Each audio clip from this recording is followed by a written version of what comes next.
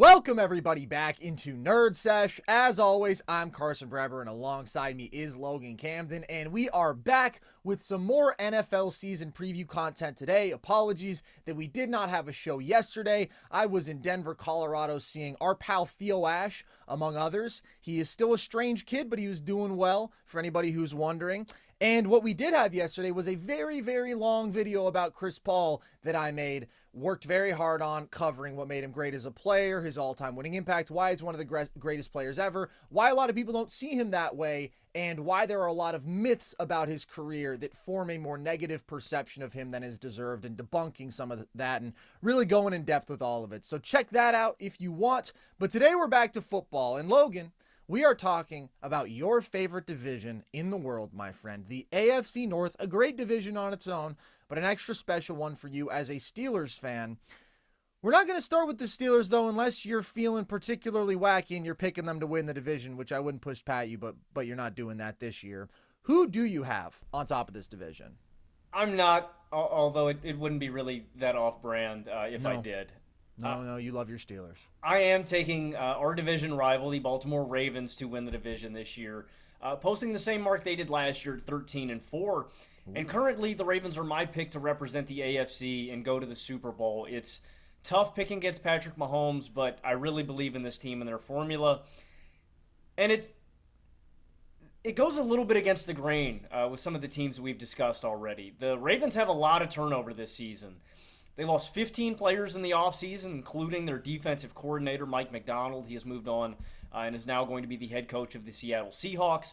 They also lose Patrick Queen, who comes over to Pittsburgh. They lose Geno Stone, Kevin Zeitler, and Jadeveon Clowney. So they're not just losing depth pieces, they're losing legitimate starters. But a lot of my confidence in this team comes from the leader of this team, Lamar Jackson. He's one of the best offensive engines in all of football. And right now, he's got the 5th highest winning percentage in NFL history. That's up there with Otto Graham, Patrick Mahomes, Darryl LaMonica, beat you to it. And Tom Brady. And, winning isn't just a QB stat, but you look up there. Mahomes, Otto Graham, Brady. They're the most prolific winners in history. Oh, Darryl LaMonica. Darryl LaMonica's up there. There's a reason, right? All of those guys were great. And considering what we saw from Lamar last season, I thought we saw his best passing season of his career. He showed legitimate growth as a passer, his highest completion percentage ever, the most passing yards in a single season of his career, the lowest interception percentage of his career dating back to his initial MVP season. And coupled with his rushing ability, it gives this Ravens offense this crazy ability to sustain drives, to grind teams into submission like a snake, just crushing you until there's nothing left. It's a really tough formula to beat. I still think this is one of the most talented teams in the NFL. Last season, they were the number 4 scoring offense, the number 5 passing offense, and the number 3 rushing offense. Those are both in terms of yards per attempt. And I still think, despite their losses, this is still one of the most stacked defenses in the league. They were the number 1 scoring defense and the number 1 passing defense last season. This year, they returned Justin Matabuke and Michael Pierce up front in the middle of the field. You still have Roquan Smith, guys like Odafe Oweh, and I love their secondary. Studs like Marlon Humphrey, Marcus Williams, and the crown jewel of them all to me is, for my money, the second best safety in the league next to the Steelers' Minkah Fitzpatrick, and that's Kyle Hamilton.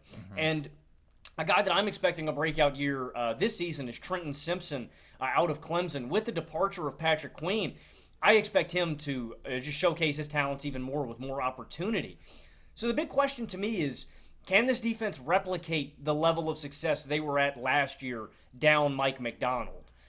This defense stonewalled Kansas City in the title game, limiting them to 17 points. That is a feat in of itself. So they may not be as great as they were last year, because I think Mike Macdonald's one of the best defensive minds in the game today, but they're still going to be damn great. So this is a talented, consistent defense with a great culture, and now you're adding in Derrick Henry to a backfield with the greatest rushing QB the game has ever seen. And quite frankly, Carson, I think that addition is going to break defenses mentally. The amount of attention every play you're just going to have to put in the box to make up for these guys. The RPOs that I expect this team to run, the deception, the play action, it's going to hurt their heads, quite frankly. And so I don't care about Derrick Henry's age. I think he is as strong as ever. I think he is going to be great here. I think, honestly, he has less of a burden on his shoulders in Baltimore than he ever did in Tennessee, right? He's not trying to prop up Ryan Tannehill and lackluster offenses. He has got reliable pieces, good receiving talent that Lamar can play off of. He's got Lamar, one of the best offensive engines in football, and so he can play second fiddle and just enhance this offense even more. I think this team is going to win a lot of games in the regular season, as they always do. And like I said, this is my AFC front runner. I expect them to notch up. I think I'm going to take them to be the number one seed in the AFC. We haven't done the AFC West yet, so I may have the Chiefs get the same record. It could go to a division or a head-to-head tiebreaker then, because these teams do face off against each other in week one. Oh, yeah. So I think they're going to be my number one seed. They are my AFC frontrunner. And as of right now, I'm going to take this team to represent the AFC and to go to the Super Bowl. I've got a ton of confidence in Baltimore, and I think the Derrick Henry addition is the cherry on top that kind of equalizes this offense. I mean, you think about the shortcomings that we've seen from Lamar in the playoffs, right? It has been an inability to make the throws and to make the reads and to carry this team singularly on his shoulders. You think back to the Chiefs game this last year, they hand the ball off 6 times. Well, look, if they do that again, that is just a complete misuse of the talent they have on this football team if you're not using Derrick Henry. Now that you have him, I don't think you can ignore that recipe to your team's success. Again, it's going to relieve some of the pressure off Lamar when it comes playoff time if they can stay healthy. I think it's a damn good recipe and one that's going to work in the playoffs. So I'm taking Baltimore to represent the AFC right now. I like it a lot, man. I think it's either them or Kansas City. I do think that those are the 2 best teams in the conference. I could go for a cheeky Bills or Jets pick. I haven't decided who I have representing the AFC in the Super Bowl yet, but I do have the Ravens winning this division. I do have them as a top 2 seed, and I have them winning 12 games. I thought last year that they were the best team in football throughout the regular season, and I thought that they were the favorite to win the Super Bowl. And ultimately, as you mentioned, the defense did their job. The defense was outstanding. It was a letdown offensively. It was a poor game plan in terms of play calling, abandoning the run game, and also I thought that Lamar didn't deliver as he needed to, made a terrible decision to effectively end that game throwing an interception. Zay Flowers had a costly fumble. It was all around poor execution in the passing game, which has never been the strength of this offense. They cost them when they had a real chance to knock off the Chiefs because the defense was that great. Last year, this was the most talented team in football all around. This year, they're still very talented, but not in the same ridiculous way that they were last year. They lost some very good, very important players, as you mentioned. Offensively, they do add Derrick Henry to replace the legendary Gus Bus. I do think that that's pretty massive. I think that Derrick Henry is one of the few running backs who really, really still matters in the NFL today. I think that he's arguably gotten underrated over the last couple years because he's been playing behind a shitty O-line with no passing game. So his efficiency has taken a little bit of a hit, but it's still solid. And the raw production is monstrous. The load that he's been asked to carry is monstrous. We've also seen him improve a little bit as a receiving back. No matter what, he's going to be a dominant short yardage red zone back. And now you put him behind a better O-line with a significantly, infinitely better quarterback, with a better offensive scheme in place. Like, everything is going to get easier for Henry. He'll have to carry less of a load. I think that'll make him more efficient. I think it'll reestablish him, if anybody thinks he's fallen out of the conversation, as one of the elite running backs in the game today. And I also think this should be the best receiving core that Lamar has had. I think we're going to see a bunch of 12 personnel because Isaiah Likely emerged as such a legitimate tight end last year, and Andrews obviously is special when he's on the field. And I think Zay Flowers is really good. Aguilar and Bateman, meh, but as your 4th and 5th targets, it's okay. Lamar has never been blessed with a very good receiving core. I think that this is the best unit that he has had. My only concern offensively for the Ravens is the offensive line. Trading Morgan Moses, losing Kevin Zeitler, those were 2 key pieces to a really, really good offensive line, which has been a consistent staple of the Ravens offense. They haven't necessarily always had the weapons, but that line has been consistently very good. The run game has consistently been elite, and Lamar's been a big part of that, but also the guys up front have done a phenomenal job of opening up the run game for the running backs as well. So that does, in my opinion, knock this offense down just a bit compared to last year. And it's really the one thing to flag with this group. But when Lamar is on the field, the Ravens average 28 points per game. That would be the number 2 offense since he entered the league. He's just a one-man machine in the regular season. Still has the most skill position talent that he's had around him. And I think that means the Ravens are going to be a very good offense. Again, defensively, you mentioned, there's some big losses in there. Geno Stone, Darby's moderately significant loss. Jadeveon Clowney was quite good this past year. And Patrick Queen, to me, is the big one. I think he's one of the most exceptional linebackers in football. And yet it is still a really talented group overall. Multiple all-pro players. We were looking at their group last year and just saying, they damn near had a Pro Bowl level player starting at every single position, and the depth was still really good. So I look at the secondary, I still think it's very strong in spite of losing Geno Stone. I still look at the linebacking core and think with Roquan and Van Noy, it's still a very good unit. I still look at the front, and I think it's a very good unit. So I don't think it's as dominant a defense as last year, but I still think it's a very good one. And as you say, Lamar wins 75% of his games as a starter. When you give a quarterback this good, who stresses a defense this much with his all-time running ability and his continually improved passing ability, and I'm with you, I thought last year was clearly his best season ever as a passer. He just let us down in that championship game. You give that offensive formula, that level of quarterback, a defense that is this consistently great or very good at the least, and that's just a fantastic formula. So I think they're guaranteed to be a great regular season team, and I do really like them in the playoffs as well, because I don't think Lamar is the player that we saw in the AFC title game last year. There are some people who will argue he's the second best quarterback in football. I prefer Josh Allen because I know that Josh is consistently an elite thrower of the football and an elite rushing threat. Lamar, to me, is not an elite thrower of the football, but he's a good one. Last year in the regular season, he was quite a good one, and he just had a really, really bad game against a great defense in the postseason. But they're maintaining a lot of really high-end talent. They're checking a lot of boxes. And they do have the quarterback who I know can reach the level of the elite tier 1 guys in the biggest moments. We've just got to see him do it, because right now that's the knock on Lamar. He's got 2 MVPs already. That's absurd in 6 seasons. It's all about translating to the postseason. 100%. That's the big thing. And for a lot of people that are still skeptics of Lamar Jackson, it's going to take them seeing it with their own eyes for them to finally accept that Lamar is one of the game's best quarterbacks. And until he gets that monkey off of his back, it's going to be the knock that we hear about Lamar in every conversation. It's the one that doomed Peyton Manning for so long until he got to a Super Bowl, right? You can have all the regular season success in the world until you finally do it and prove it to people. It's why people still...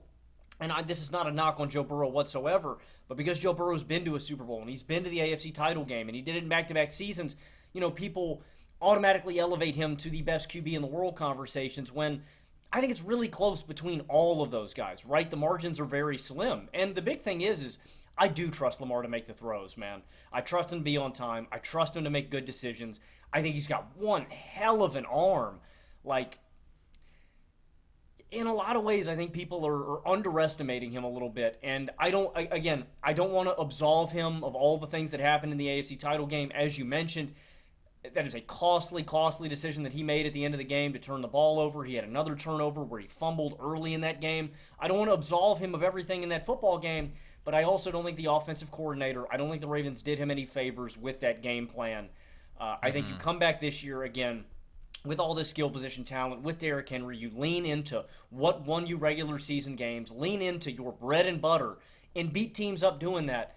I think the Ravens are well equipped as ever to go and make that happen this year. And on the offensive line point, they do lose 2 very important pieces, but I will say, and I think Moses and Zeitler are going to be great in their new situations. Moses went to the Jets, correct? Yep. And Zeitler went to Detroit. I think they're going to be great there. They are 2 older offensive linemen, and the guys stepping in for them, I have a lot of confidence in.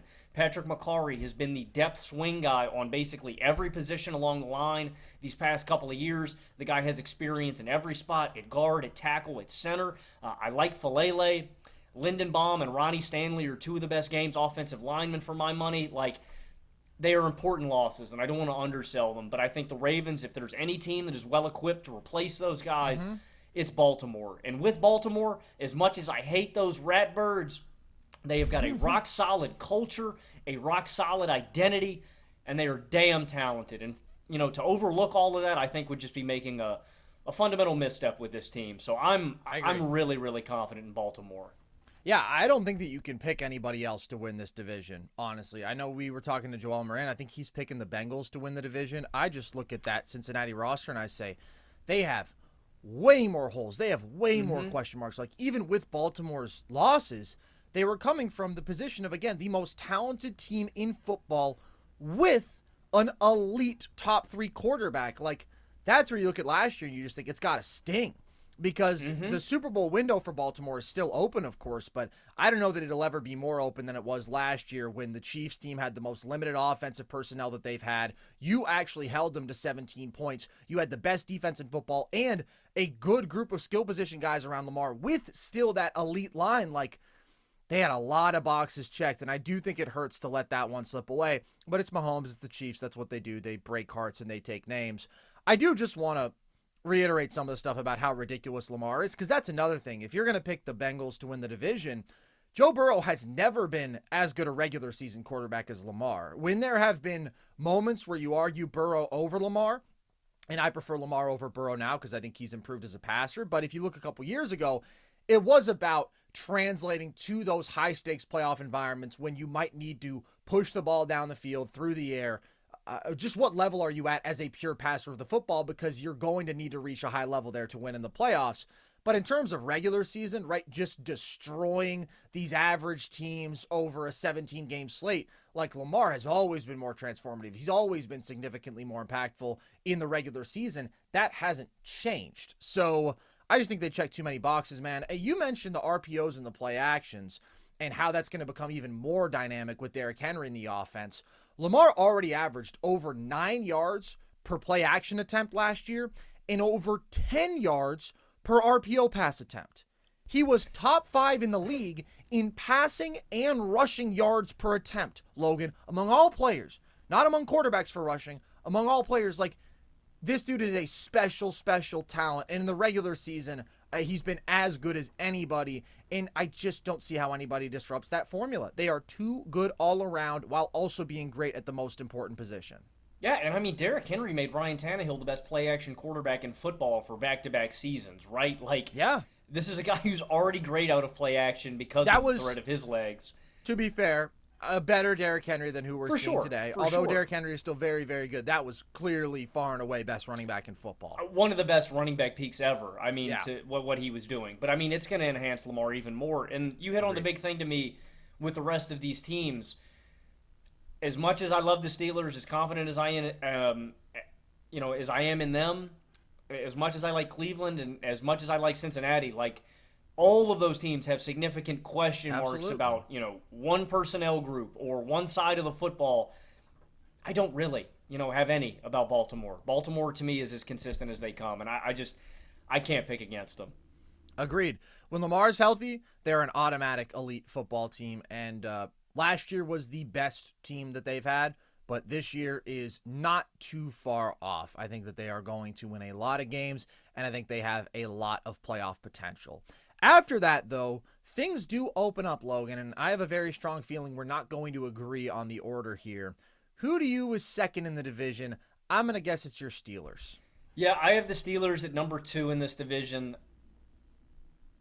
I tried to carve out 11 wins out of their schedule. I could only get 10. So I do have the Steelers and my team in the 3rd spot with the same record. I have the Steelers winning the having won more games in their division, so that is why they're number 2.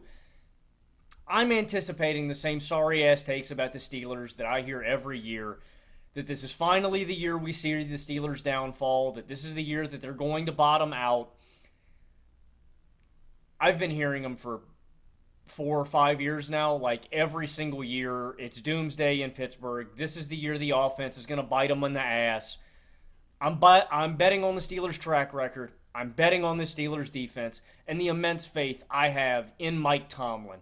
This has been a top 10 defense the past 2 seasons. They were number 10 in 21. They were number 6 in 22. And I will remind you, this is a defense that was absolutely battered last season. The entire linebacking corps was decimated. Holcomb, Landon Roberts, Quan Alexander, everybody was hurt. We were down to 5th and 6th string linebackers. Minkah Fitzpatrick basically missed the entire year, and this was still one of the best groups in all of football. This is a team that is returning the best defensive player on planet Earth and the third best player in football. His name is Trent Jordan Watt. That's TJ Watt. He has led the league in sacks the last 3 seasons. He has been healthy. That's 3 for you Myles Garrett fanboys. Take notes. Minkah Fitzpatrick returns. He is the best safety in all of football. So I have 2 of the best defensive players in football anchoring my defensive front and anchoring my secondary. Behind them, I have one of the best linebackers in football with Patrick Queen. I have another rock-solid front line tandem in Cam Hayward and Larry Ogunjobi. I have a great edge rusher alongside TJ Watt and Alex Highsmith, and I have an emerging star cornerback in Joey Porter Jr. It's uncharacteristic. It's weird. It's ugly. The Steelers win in grimy ways, but it works. It is an entirely different recipe to how everyone else wins in the NFL, and so it's disgusting. You may lack confidence in it, but I love it. It's the voodoo magic that you talk about every time we bring up the Steelers, man. Mm-hmm. Whatever hex Mike Tomlin puts on teams, whatever he does pregame, it works. And again, we've seen it just too consistently. And so you look at the Steelers group that has been trotted out on offense for the past 3 years, there's a certain beauty in how bad the Steelers were under Matt Canada. They were second to last in offensive TDs, just ahead of the Jets during Matt Canada's tenure, and they were third to last in passing touchdowns, I believe ahead of the Bears, and I think the other team was the Titans. Remarkably, they had 58 consecutive games under 400 yards of offense, and they never had a 400-yard game under Matt Canada. They scored 30 points in a game twice under Canada, and they hadn't scored 30 points in a victory for 51 straight wins. Post-Matt Canada, in the 2 games that we got post-Matt Canada, they eclipsed both marks. They had 2 30-point games, and they had 397 total yards and 468 yards. And so to all the Steelers skeptics, to all the people that are betting us to lose a ton of games because of the offense this year, I will ask one question. Can the offense possibly be any worse? That's why I'm confident in this team more than I have been in years previous. I'm more juiced up about this Pittsburgh team than I have in a long time since Big Ben was on the roster. There is only upside with this offense. The role of the offense the past couple of seasons has just been to not screw it up. They have consistently won on the back of this defensive foundation and this culture, and I think they're going to continue to do that. And I think they can only get better in 2024. That's with Russell Wilson or with Justin Fields at the helm. I really don't think it matters who's playing quarterback. You're going from Kenny Pickett, who I think Kenny Pickett could have won you football games in this league, but he's not an elevator. I think you could have won games with Mason Rudolph. Not really an elevator. Don't get me started on Mitch. I've done that way too many times. So yeah. Arthur Smith is injected. I think we're going to see more creative play calling and just a more in-depth offensive system. I don't think Matt Canada knew what he was doing. You have a rock-solid running game and a awesome 1-2 punch with Najee and Warren. As I've said before, I legitimately think George Pickens is a number 1 wideout in this league. I think he has top 10 potential in the NFL. The absurdity of some of these catches, the body control that you see near the sideline, the circus acrobatic catches, the way he can contort his body, it is elegant, it is beautiful, it's like a ballerina. And then when you get the ball in his hands in space, Pickens is a home run hitter. You just need to get him the football. If the Steelers can do that, I think he's going to produce like a number 1 wideout.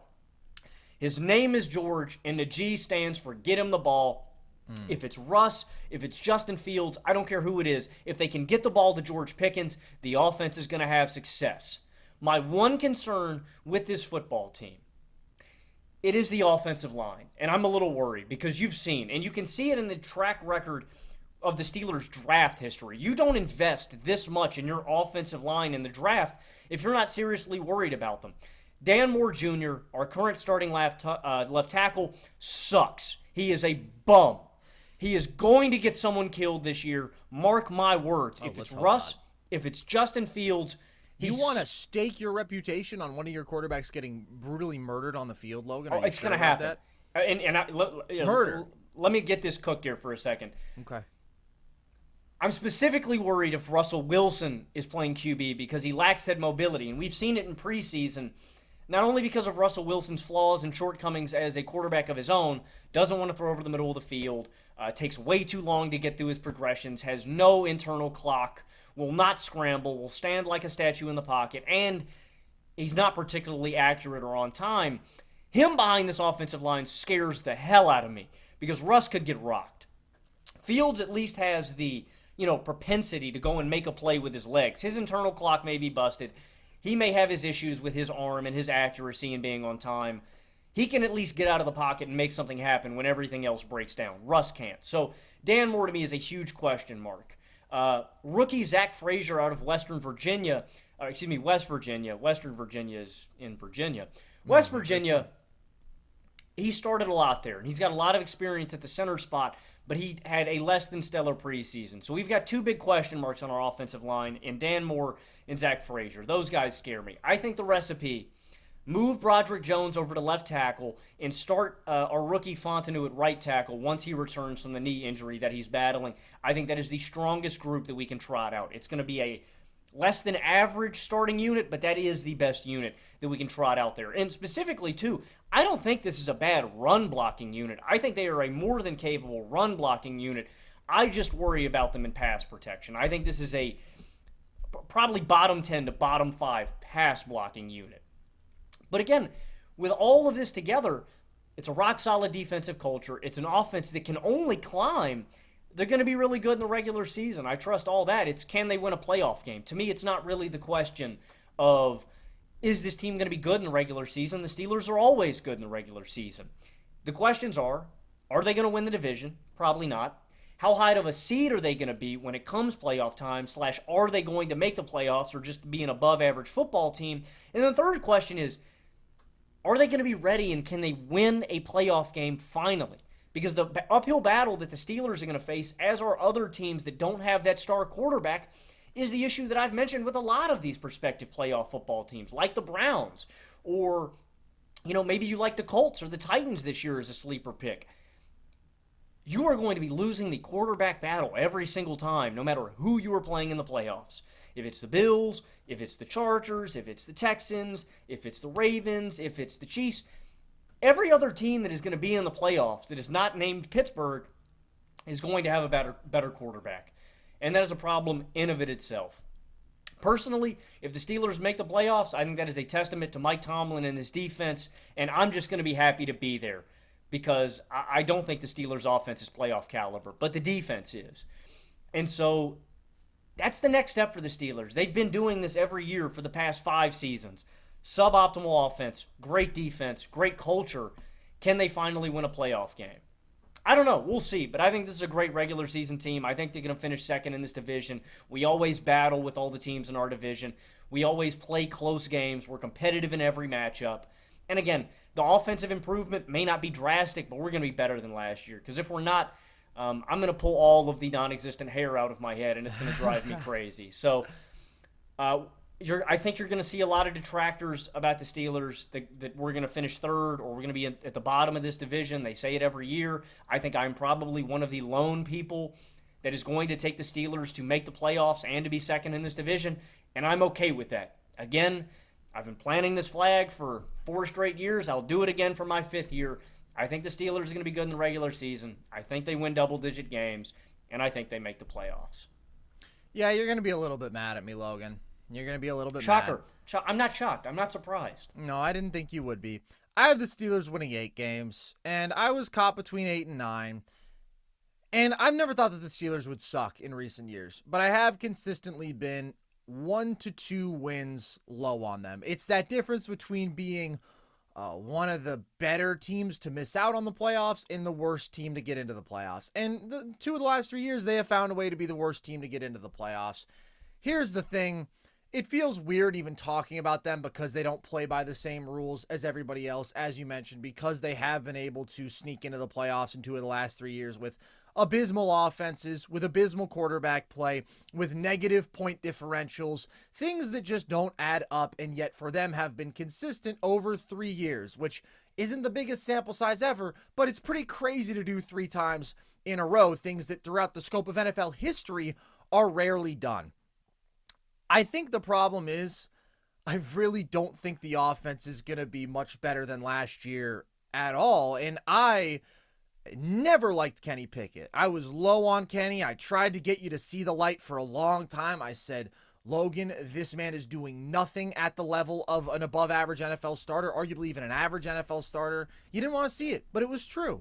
Sorry, just to tag me in real quick. I got the stat. Yeah, I'm tagging you in. Of any 10-win team in NFL history, the 23 Steelers had the worst point differential of any 10-win team. That's incredible. Speaks volumes. And that's probably just because didn't the 21 Steelers go 9-7-1? Otherwise, they'd be right up there. They had a negative 3.2 point differential per game. Like, come on, man. Well, they get to the playoffs, they get shellacked. By a 9-win team, wow, look at this, man. The 2021 Steelers have the 5th worst point differential ever by a 9-win team, and the 2022 Steelers have the 12th worst point differential ever by a 9-win team. So that's what I'm saying. It's historic. It is mind-boggling. It is a historic ability to win games with a completely mediocre football team. Do I think the luck there is going to run out? Maybe just a little bit, but the reason I'm not confident in the offense, really even making any sort of meaningful improvement from how bad they were last year, is the quarterback position first and foremost. You have two bad options there. Russ, Logan, not to get on you again, but, I've been a little bit too low on your Steelers overall over the last few years. I'll admit that. You've been too high on the Steelers quarterbacks over the last few years. And you were excited about Russ, even though you knew that he had regressed and you knew that he sucked. Once he put on that Steelers jersey, you forgot about it. And you were walking around your room saying, you got to be unlimited. And you were saying, this is a Hall of Fame quarterback here. Hold on a second. Sean Payton was holding him back. Look at the efficiency numbers last year. 26 touchdowns, 8 picks. Well, why did he get benched? It's a league-wide conspiracy to slander my boy Russ, who was going to bring the Steelers back to another glorious Super Bowl. And then you watched, a drive of preseason football, and you said, all right, this guy sucks. Because he's not good at this point. As you mentioned, he's lost his athleticism, his mobility. His arm talent has regressed with age. He still holds onto the ball for too long. Doesn't like throwing over the middle of the field. It doesn't look comfortable going through his reads. Like, the best he can do is not actively fuck things up for you at this point. And with the Broncos, he was mostly able to do that. They started winning games when they went away from him, when they said, okay, we are just going to run the ball down your throat. So I do think that says a lot about the level that he's at. And then Fields is going to hold on to the ball for even longer. Can't read the field at the level of an NFL starting quarterback. Going to turn the ball over even more. Russ doesn't turn it over too much, but Fields, you're going to have some questionable reads, some questionable throws, and you're also going to have the fumbling dynamic. He does at least have a special trait, though, in his ability to run the football. Personally, I would probably go with Russ. I think that neither of these guys are going to play like an average starter, and in that case, I would just prefer the lower risk option. I can see there being a frustration, boiling point where you're just like, we got to get this guy off the field. He is such a limiter. But I worry that if you get Fields out there behind this line with these weapons, based on everything we've seen up to this point, it's just going to be a chaotic outcome. Yeah, I think that's a great diagnosis of it. I mean, with Russ, I think there's a higher floor, a much lower ceiling. And then with Fields, you have the lowest floor and then a much higher ceiling. Agreed. It sucks because the time-honored, once you bench a quarterback, you can't go back to him. And that's the dilemma that the Steelers have. Actually, the Buffalo Bills did it with Tyrod Taylor and Nathan Peterman, once Nathan Peterman had thrown 5 interceptions and a half. True. You can see how it can bottom out pretty fast. That's the hard part about this, is if you start Russ, once you turn to Fields, you can't go back to him. Vice versa. If you started with Fields week 1, once you go to Russ, you can't go back to Fields. So I think they're making the right decision because I don't. I think Russ is worse. I would much rather have Justin Fields because Fields gives me upside. He gives me playmaking. He gives me some level of dynamism that I just don't have with Russell Wilson. But I think they're going to start him because it gives the Steelers an out. And that may be the wrong decision. But again, when push comes to shove, they can bench Russ and just go with Fields the rest of the way. And I think that's our contingency plan at this point. Yeah, it's tough because you would think we're talking about this team as being like a guaranteed first round out over the last few years when they sneak in because they just can't hang offensively. They can't hang at the quarterback position. And you would therefore want the guy who gives you a higher ceiling, who maybe gives you a puncher's chance in one of those games. And Fields is, at this stage, the more talented, higher upside option. But I also think the Steelers' philosophy is, well, we got to get to the playoffs. Mike Tomlin is Mr. Win 8-9 games. And I do think that at least from the jump, Russ is probably the safer option in that path. I would not be surprised at all if we saw both these guys for multiple game stretches this year, and I do not think either one is good. I think either one is going to be, a bottom 8 starter this year. So that's a problem. I'm also concerned about the offensive line, as you mentioned, and I'm concerned about the weapons in the receiving game, man. I know you've never been a Deontay Johnson guy. You've felt that he gets overrated. I think when people say he's a wide receiver 1, that is overrating him. However, going from him to Van Jefferson as your wide receiver 2. I don't even think Van's going to. I think Calvin Austin's going to be our number 2. Yikes. That's not good either. Whoever it is between those two guys is your 2 and 3. That's bad, man. Freiermuth, to me, has to be healthy, and he has to be on the field because he's going to be our, de facto number 2. Pickens and he has to be utilized more. But it's exactly. Mr. Arthur Smith doesn't like to throw to his tight ends.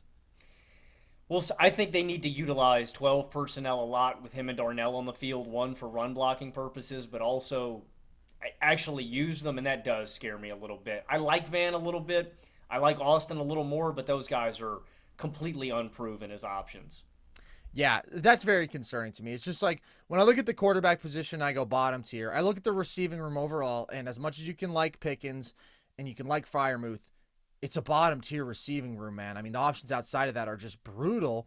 The run game, I am excited to see what Arthur Smith can introduce there because I think he's produced a lot of great run games over the years, and I do think the running back room is good. I'm much more of a Jaylen Warren guy than a Najee Harris guy. I would like to see Jaylen get more carries this year.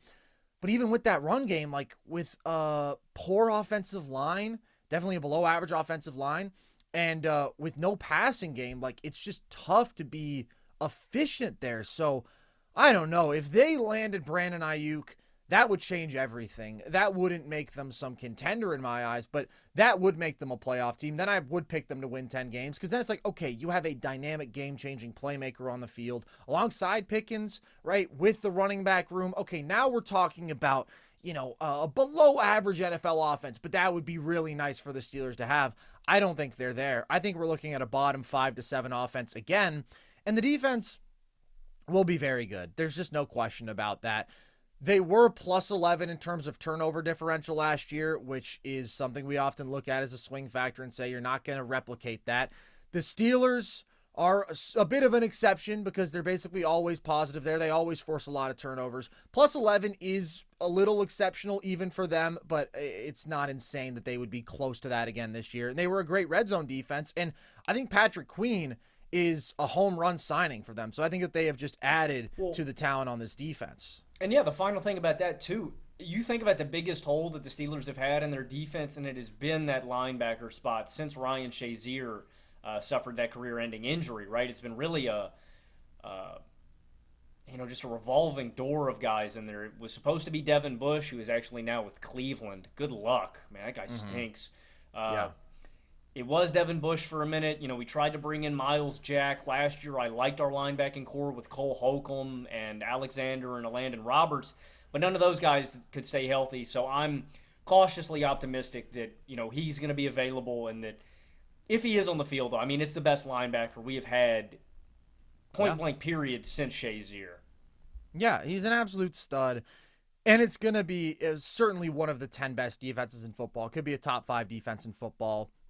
Bottom line, nothing just really changes for this team, in my opinion, though. I guess it's a slight upgrade at quarterback because things were so bad last year. It is a bit of a slight upgrade going to Arthur Smith from the darkest era in terms of Steelers offense ever under Matt Canada. But I don't know that it's a difference-making upgrade. No, the reality is they're playing 1990s football in 2020, man. Yeah, man. And if they find a way to win 10 games instead of 8, great. Their quarterback and offense suck, and that still makes them a zero threat in the playoffs, and they're going to get destroyed by multiple touchdowns by the Bills or the Chiefs or the Ravens or whoever they draw in that first-round matchup. So the reason that I have them here winning 8 games at the bottom of the division when I compare them to the other contenders versus the Bengals, The big difference is the schedule. The Bengals just have a much more favorable out-of-division schedule, whereas the Steelers have the toughest strength of schedule in football, according to Sharp Football. It is absurd because they have to go through their own division. They also have to play the Jets on top of that. They have to play the Chiefs. I mean, the home stretch of the schedule, they have to play the Eagles. They got to play the Cowboys. It's just absolutely ludicrous. After the bye, they get Washington, which should be a win. Then they go Ravens, at Browns, at Bengals, Browns, at Eagles, at Ravens, Chiefs, Bengals, man. It's just tough, and I respect the Steelers a lot, but when they are at that sort of talent deficit week after week, it's just tough for me to see them winning a majority of those games, which they basically need to.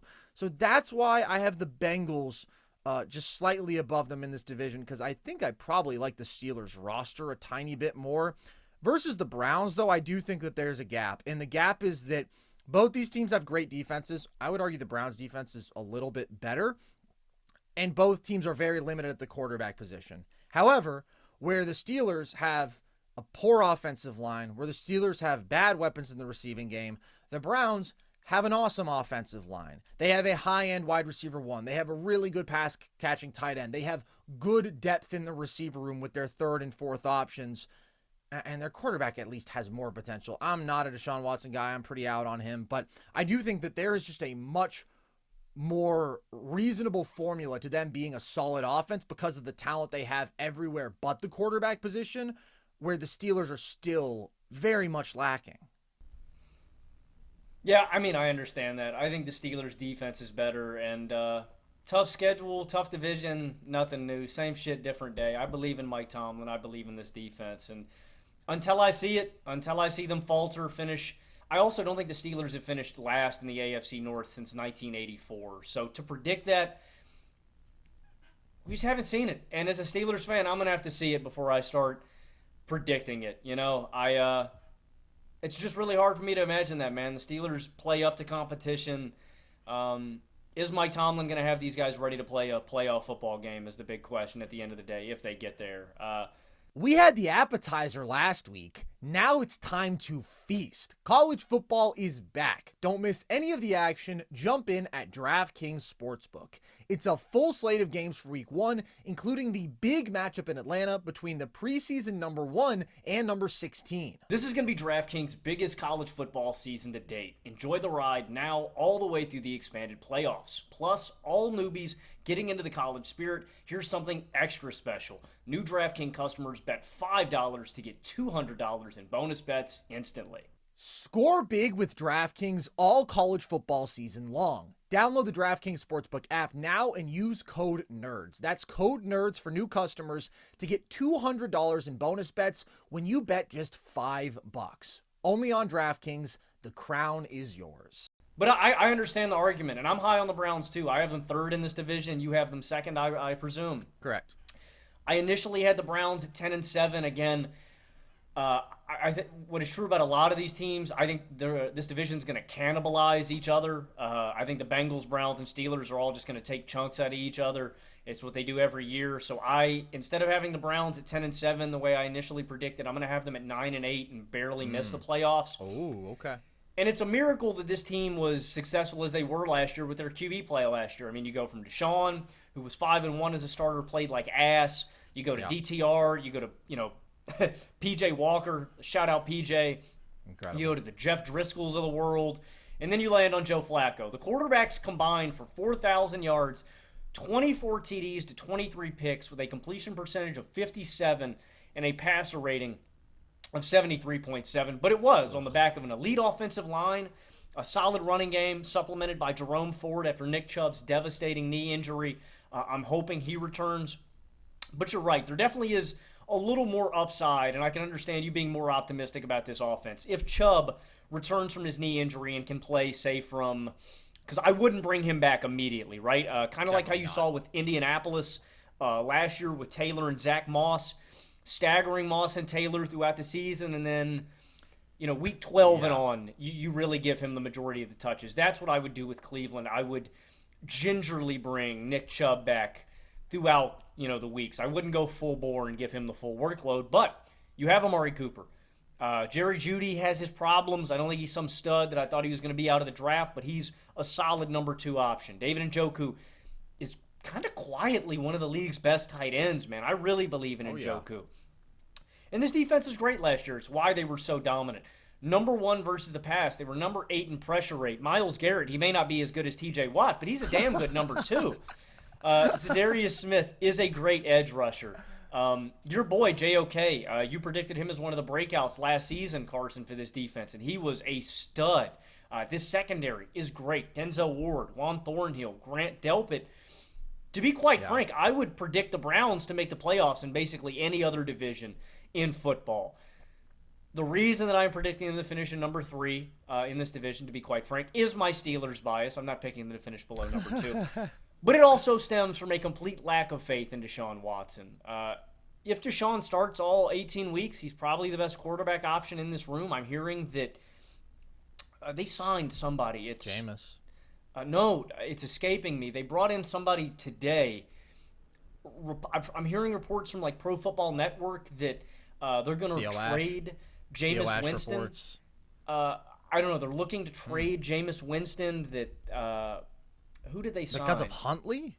I think Huntley's the other quarterback. Oh, it's DTR. They're going to hold on to DTR, and apparently, I don't know. There's something going on with that. Don't do that. Keep Jameis. I would hold on to Jameis. So I think the offense is going to struggle if Chubb doesn't come back 100%. And this is ironic saying this about the Browns, considering this could also be applied to the Steelers. I think this formula is a little unsustainable. It's a little bit of a fluky run for 2 years in a row, and I just think it's hard to sustain the level that Cleveland was at last year defensively. I'm not saying they're any less talented, but they reached a, league's best mark. And if they do that again, this team can probably be as good next year. With the division as tough as it is, like I said, I think teams are going to cannibalize each other. It just happens that my victims this year are going to be the Browns and the Bengals. Somebody's got to suck in this division. Somebody's got to lose the interdivision games. This year I'm picking it to be Cleveland and Cincinnati. But the biggest issue is Deshaun Watson. I think he's shook. I think he has mentally lost it. I think he has been drained of all the confidence and the moxie and the mojo that we saw from his Texans days. I don't think he is a starter, I think he's a bottom 10 starter in the league. Absolutely. I think he's washed.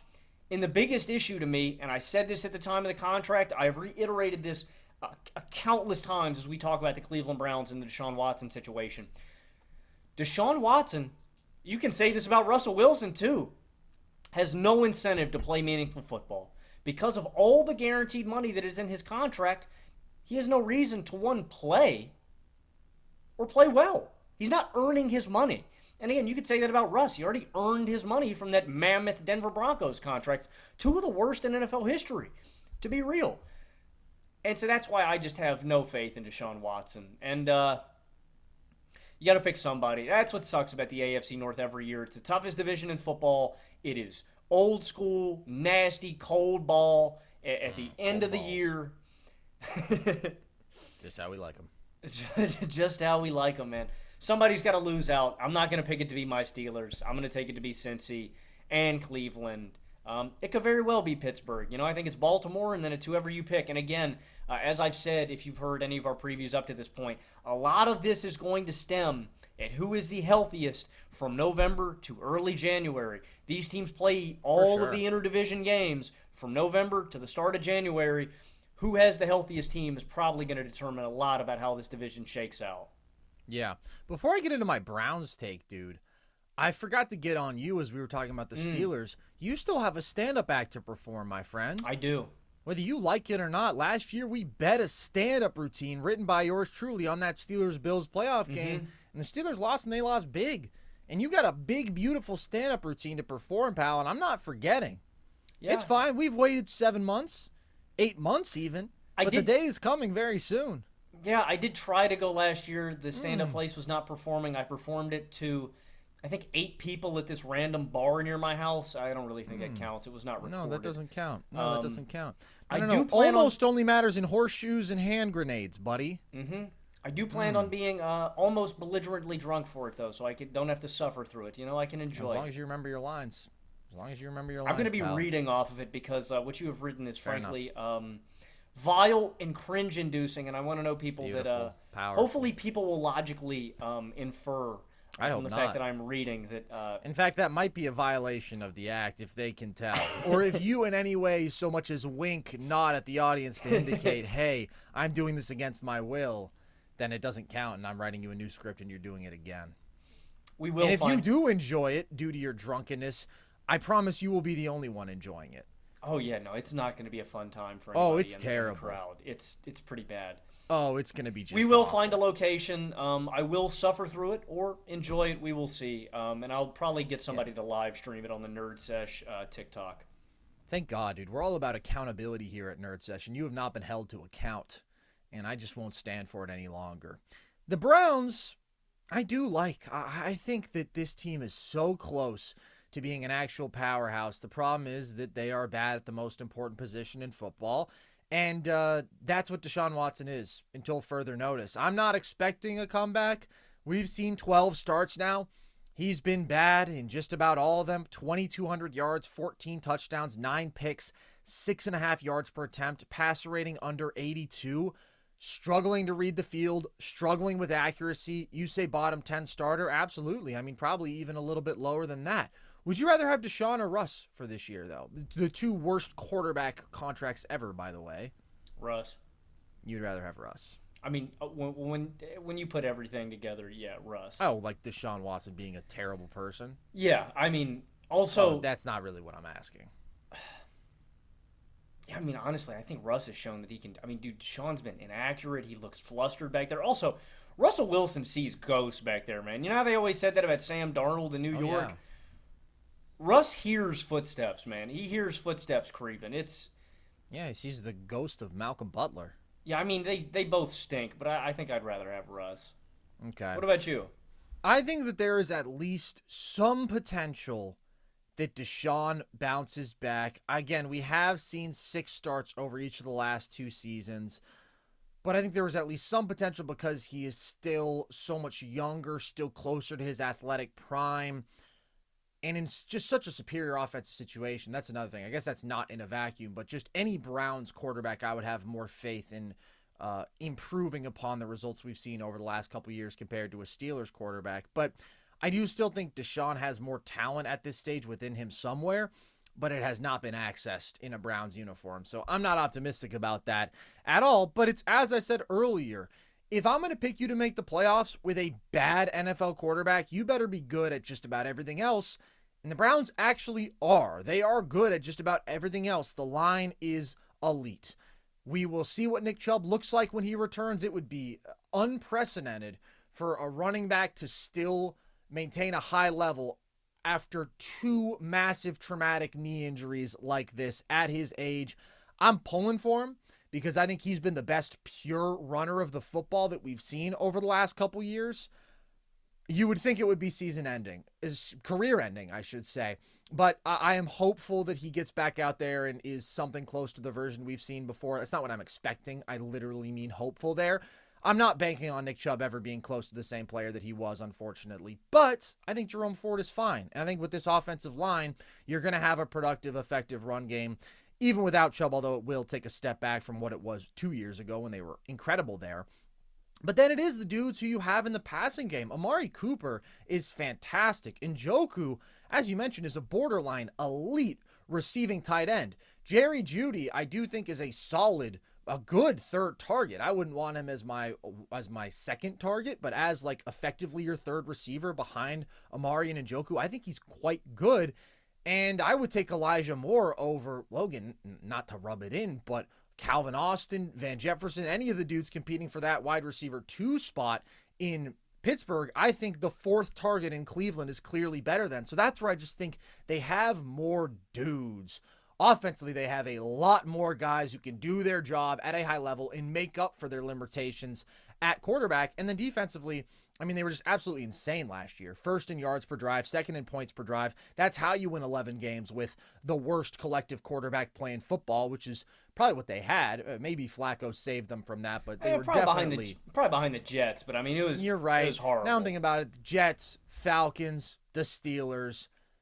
There was a lot of ugly quarterback play last year, but it was really, really bad from the Browns. 23 picks from the fellas combined. Well, I mean, dude, again, was rough. 40-year-old Joe Flacco outperforms your best. entire QB room. Like, that speaks volumes about your situation. It absolutely does. But they have an awesome pass rush. I like adding Jordan Hicks. I like the linebacking core. The secondary is really good. They're just a stacked football team, and that's why I think they're almost a playoff lock. This division is really tough. Their schedule is really tough, as is Pittsburgh's, as is Baltimore's. Cincinnati's is easier because they have the last place advantage of playing shitty teams in other divisions, but you still have 6 tough games in cold weather against defensive-minded, damn good football teams who you know all too well. Like, that is going to limit the ability of any of these teams to just rack up the win total. But if Deshaun Watson could just be good, this would be a Super Bowl contender. And I don't think I can say that about the Steelers because they have too many holes offensively overall. With the Browns, it's just about that quarterback spot, man. And Stefanski's a really good coach as well. I want to give him props. His ability to still scheme a relatively effective offense with the limitations at the most important position is also important to my faith in this team. Stefanski's a brilliant coach. He's the best thing to happen to Cleveland in a long time, man. Since the Cleveland Plain Dealer, one of the country's most respected papers. The only thing I disagree with, I think, with what you said, I'm definitely not as high on the linebacking core as you. Hicks is cool. I think if they're trotting out a combination of him and Devin Bush to anchor alongside JOK, that's probably problematic. But yeah, Bush is not. So yeah, good. I mean, there aren't many holes in this football team, and so I understand this, and that is a big swing factor. I mean, I'm not predicting it, but if this year is the year that Deshaun Watson finally decides to dig his head out of his ass and play good football, this is a Super Bowl contender. They go from playoff exit guaranteed to legitimate contender, and they actually have that kind of ceiling where I don't see with Pittsburgh whatsoever. So I do understand it. And also they had Mike Vrabel too. I mean, it's a minor move. He's on the coaching staff, but I mean that's a good hire too, man. Around. Yeah, exactly. It's a tough division, man. It's a very tough division. It is a tough division, and I think that is very much reflected by the fact that we are just now getting around to the Cincinnati Bengals, which means you have them last in the division, and this is a team that 2 years ago was an AFC title game and 3 years ago was in the Super Bowl. Why are you so low on the Bengals? So we discussed this a little bit when we had a friend of the show, Joel Moran, on the other day. We did a little bit of a preview to the AFC North prediction show, and he asked me if this was a Joe Burrow thing. It's not completely a Joe Burrow thing, but it's a little bit of a Joe Burrow thing. I am really concerned about him and his injury history. The myriad of knee injuries, the wrist injury last year, the calf strain. Specifically, I still don't trust this offensive line to protect Burrow. I think Kappa and Karras are solid, but they're nothing special. Trent Brown stays injured. I thought Orlando Brown was pretty lackluster last season. Like, they've invested heavily into the line. I just don't think it's gotten that much better. I think Volson has been underwhelming, and then rookie tackle Mims struggled to stay healthy last year at Georgia, and seemingly, from what I've heard, has a ways to go before he's going to see the field. So there's just a lot of flags all over this team and offensive line to me. They lose offensive coordinator Brian Callahan. I'm really skeptical about this defense. Last season, they were the number 32 passing defense in terms of yards per attempt. They were second to last in terms of rushing defense in terms of yards per attempt. This is a team that lost DJ Reader. That is a huge loss. Trey Hendrickson is one of the best in the league, had 17.5 sacks last year. He wants to get paid. B.J. Hill and Hubbard are good, but they're not great, so I like the front. Wilson and Pratt, they're a really solid linebacker tandem. The secondary should improve, but again, they're coming from a really far ways away. Yeah. And I'm worried about their corners, right? They brought back Von Bell, who knows this system. He should be solid again. They add in Geno Stone, who was one hell of a playmaker for Baltimore last year. Cam Taylor-Britt and Mike Hilton I like, but you're relying on DJ Turner or Dax Hill to really progress as that, second through fourth corner, because Mike Hilton's going to play the, nickel role. So I think they'll be somewhat of an average defense. And like I said, there's just other drama that concerns me. Hendrickson wanting out after the draft about the contract, the Jamar Chase contract drama, the Joe Burrow injury history.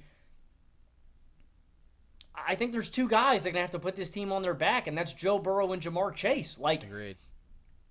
And that's just a lot for two guys. There's nothing against those guys. I think Jamar and Joe are two of the best at their position. Two top 5 players at quarterback and wideout.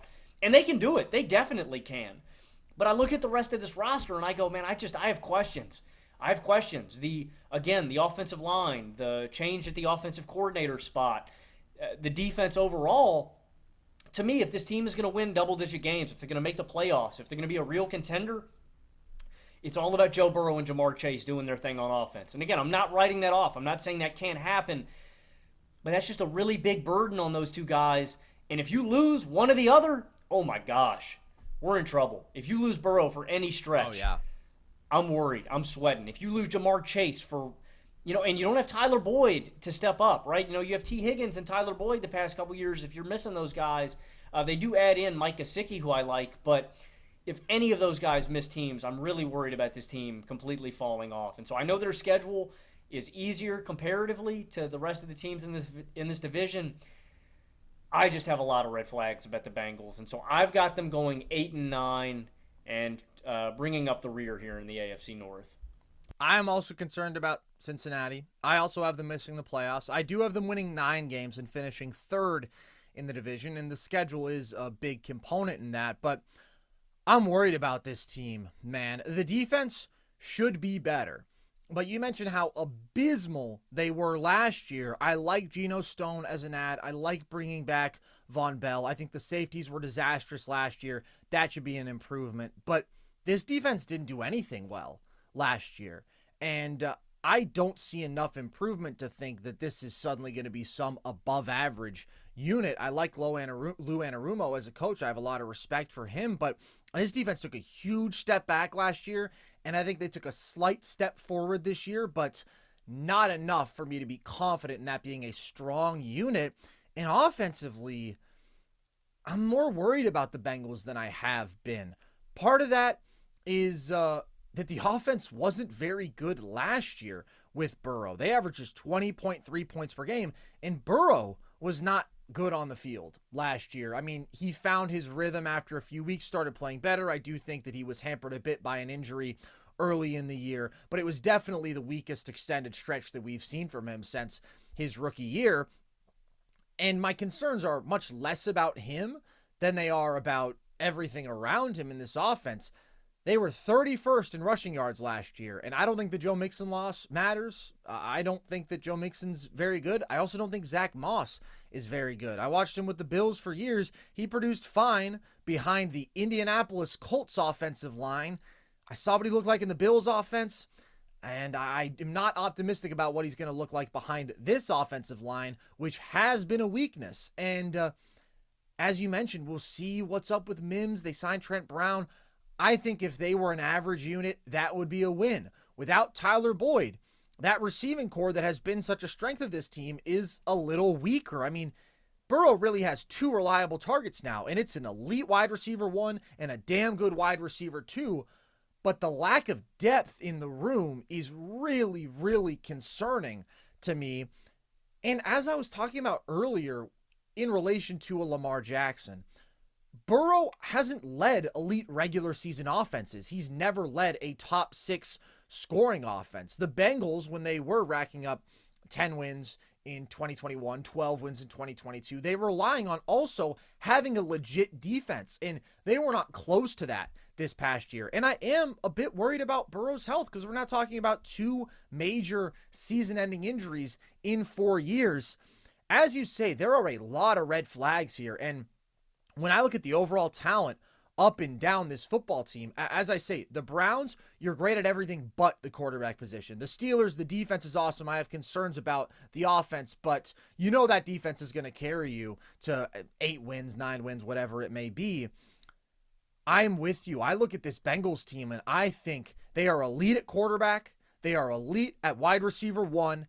Basically everywhere else, they are average to poor. So that concerns me. I don't see them as an elite football team whatsoever. I don't see them as a contender whatsoever. And as much as I like Burrow, and I think he's a top 5 quarterback, I do not think he is transformative, cover everything up in the way that a Josh Allen is, that a Lamar Jackson can be in the regular season, because those guys just stress a defense so completely. Burrow is awesome at executing. He's awesome at diagnosing things pre-snap. He is accurate. But I do think that he needs more structure in place than those guys who can extend plays like crazy and make mind-boggling throws, right? They can overcome more, whereas Burrow is more excelling within structure. So I'm concerned about this team. But the schedule is favorable for them relative to the rest of this division. They actually have the 6th easiest strength of schedule despite this crazy division, because outside the division, they face the Pats, they face the Commanders, they face the Panthers, they face the Giants, they face the Titans, they face the Raiders, they face the Broncos. They still have to play the top of the NFC East and the top of the AFC West, but that right there, dude, is 7 of the worst 10 teams in football. I mean, they might play the 6 worst teams in football, dude. Pats, Panthers, Giants, Titans, Broncos, Commanders. Who's missing from that bottom tier? Like, that is a cakewalk outside of the division, and that's where I do think that they're going to rack up some wins, but I just don't like this roster at the end of the day. And you do still have to go win tough games against the top of those other divisions, against your own division, and I don't think they stack up as a complete football team this year. Yeah, and I think Burrow gets a disproportionate amount of credit, too, for the playoff runs, right? Like, when we look at those 2 runs, I mean, those are also anchored by great defenses who made timely plays, got pressure when they needed, Absolutely. Made, big-time interceptions and set him up for success. Anarumo was like the star of those runs, if we're being real. The star, Logan, if we're being real, it was Lou Anarumo in that defense. It was Evan McPherson. And I was about to say, dude, and Evan McPherson had one of the greatest kicking postseasons we've ever seen. I mean, he didn't miss. Absolutely. And I'm not saying, I think Burrow is a phenomenal playoff quarterback. I love the one A-plus trait that I do think that Burrow has that I really value is his brain. I think when Burrow can check stuff at the line of scrimmage and make adjustments like that and stuff in those high-pressure situations, I like him. And that's why he's in my top 5 QBs, right? But again, it's a lot to ask, I think. And a number 1 QB like this and a number 1 wideout like this can take you really, really far. But the rest of the roster just leaves a lot to be desired. And so I'm not completely counting out the Bengals. I think, again, if things fall their way, if they can stay fully healthy, maybe they can win double-digit games and crash the postseason party. But I would rather bet on teams that I think are better top to bottom. And I think basically just about every other team in this division, while the Browns and Steelers may have their holes, I think they're better teams with better depth.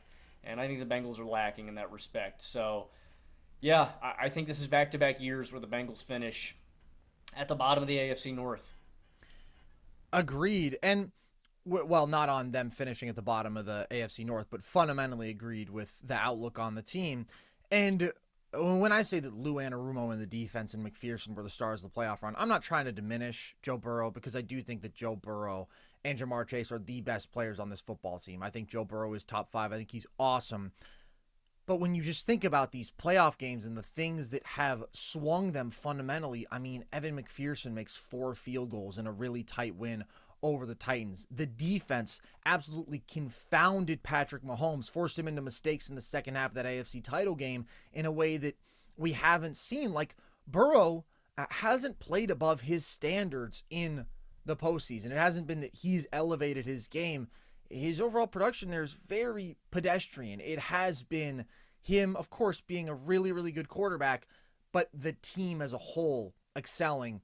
And I don't love the team this year. So I'm with you, dude. I am low on the Bengals. And listen, it could be that the changes in the secondary are really, really impactful, and that sort of changes the outlook for this entire defense. And they stay healthy offensively. Like, this could for sure be a 10-win team. This could for sure be a playoff team, but it's not the most likely outcome to me. Yeah, and that's the caveat I'd always put with the AFC North. Predicting, it's a shit show, man. Trying to figure out who the bottom 3, because everybody's so good. They all have their strengths. it's a cutthroat division, man. So if you disagree, I understand. This is a tough division to predict, man. You could kind of go with any order of these teams, and I would hear an argument. Like I would understand. The one thing I wouldn't go against, though, is I think Baltimore is head and shoulders. If all these teams stay healthy, I think Baltimore should run it. But like I said, man, these teams are going to eat each other alive, man. It's going to be a lot of fun to watch. That home stretch is going to basically dictate everything from how this division ends up, from the seeding in the playoffs. I think it's still the best division in football. Would you agree, or do you think somebody else has taken that throne now? I think it's probably the best division in football because there's not a weak team. The North, I would say the NFC North is actually pretty tough nowadays, too. Yeah, the Vikings are weaker than any team in this division, though. The NFC West is really good. They give the AFC North a really good run for their money. And the AFC East is really, really good. It's just the Pats, I think, are going to suck. So there's not a more competitive division in football. There is not a division in football where you look at every in-division game on your schedule and you think, God, that's going to suck. That's going to be hard, like you do in the AFC North. That's a testament to how good they all are and also just the brand of football that they play, the weather that you're going into. It's tough. It's always gritty. Never easy. Never easy to just run the table, walk away with the AFC North. I do just want to say, dude, I forgot that McPherson made 4 field goals in each of the first 3 games in that playoff. And from distance, too, with difficulty, with, shit at stake. Ridiculous. It's got to be the greatest 3-game stretch from a kicker that we've seen. How does one do that? 2 of them game winners against the Titans and the Chiefs. Unbelievable. Shout out to Evan McPherson, man. What a peak. All right, guys, there you have it. Those are our thoughts on the AFC North. If you want more Nerd Sesh content, then you can subscribe to our YouTube channel for all of our full shows. We are doing NFL preview stuff.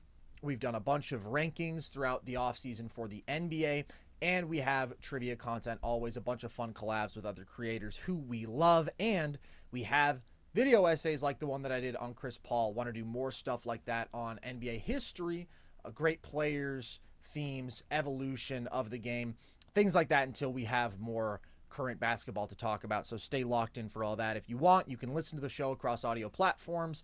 You can check out our merch at thevolume.com. You can join our Discord to chat with the fellas, and you can check us out across social, TikTok, Instagram at NerdSesh, Twitter at Nerd_Sesh to see all our short-form trivia content, graphics from the show, clips from the show. Stay locked in with what the fellas are up to over there. And with that, as always, appreciate you guys. I've been Carson Brabber.